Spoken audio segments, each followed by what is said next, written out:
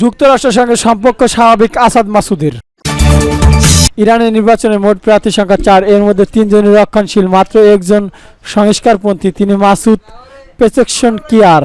আজ সকালে Iran president নির্বাচনের ভোট শুরু হয়েছে, চলবে বাংলাদেশ সময় রাত 9টা পর্যন্ত। তবে কর্তৃপক্ষ চাইলে ভোট গ্রহণের সময় আরও 2 ঘন্টা বাড়তে পারবে। এই নির্বাচনে মোট ভোটার সংখ্যা 6,10,00,000। হেলিকপ্টার দুর্ঘটনা কন্ট্রোল রক্ষণশীল প্রেসিডেন্ট ইব্রাহিম রাইসির মৃত্যুর পর দেশের সাংবাদিকের বাধ্যবাধকতা মেনে নির্বাচনের দিনটি ঘোষণা করা হয়। প্রার্থী চূড়ান্ত কাজটি করেছেন গার্ডিয়ান কাউন্সিল। 3 রক্ষণশীল প্রার্থী পার্লামেন্টে স্পিকার মোহাম্মদ বাগের গালিবাফ, জ্যেষ্ঠ নিরাপত্তা কর্মকর্তা সাইদ জলিলি ও নিরাপত্তা কর্মকর্তা মোস্তফা পুর মোহাম্মদ পাশাপাশি প্রতিদ্বন্দ্বিতা করার সুযোগ পেয়েছেন সংস্কারপন্থী আইন প্রণেতা মাসুদ। এর আগে তেহরানের মেয়র আল রেজা জাকানি, রাইসির সাবেক ভাইস প্রেসিডেন্ট আমির হোসেন গাজিজারদেহ হাশেমি তাদের প্রার্থিতা প্রত্যাহার করে নেন।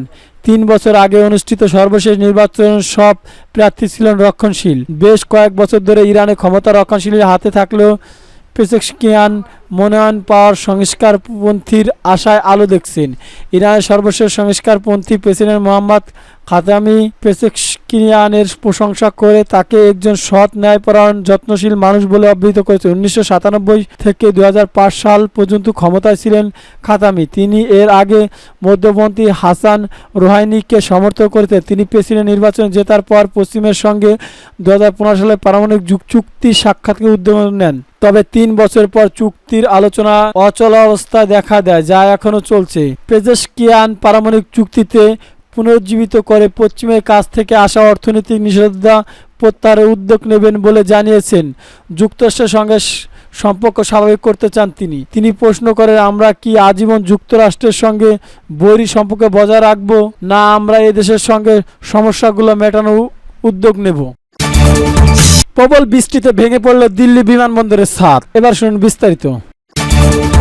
ভারী বৃষ্টিতে ধসে পড়েছে ভারতের দিল্লি ইন্দিরা গান্ধী আন্তর্জাতিক বিমানবন্দরের 1 নম্বর টার্মিনাল ছাদের একাংশ।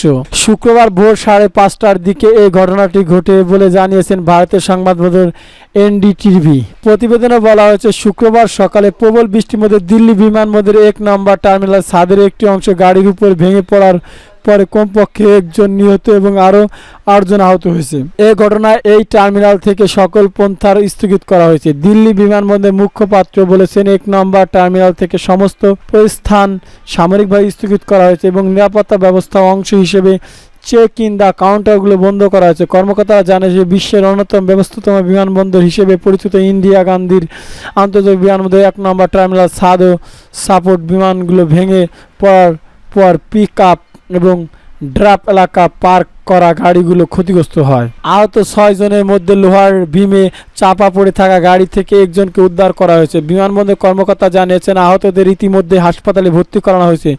ধসে পড়া ছাদের ধ্বংস শেষে সরানোর চেষ্টা চলছে। দুর্ঘটনার কারণে 1 নম্বর টার্মিনাল থেকে সমস্ত ফ্লাইট স্থগিত রাখার পাশাপাশি নিরাপত্তার কারণে চেক ইন কাউন্টারগুলো বন্ধ করা হয়েছে। ভারতের কেন্দ্রীয় বেসামরিক বিমান পরিবহন মন্ত্রী রায় মোহন নাইডু কিঞ্জরাপু বলেছেন, তিনি দিল্লি বিমানবন্দরের ছাদ ধসের ঘটনাটি ব্যক্তিগতভাবে পর্যবেক্ষণ করেছেন এবং আহতদের হাসপাতালে ভর্তি করা হয়েছে। উদ্ধার অভিযোগ এখনও চলছে বলে জানিয়েছেন তিনি।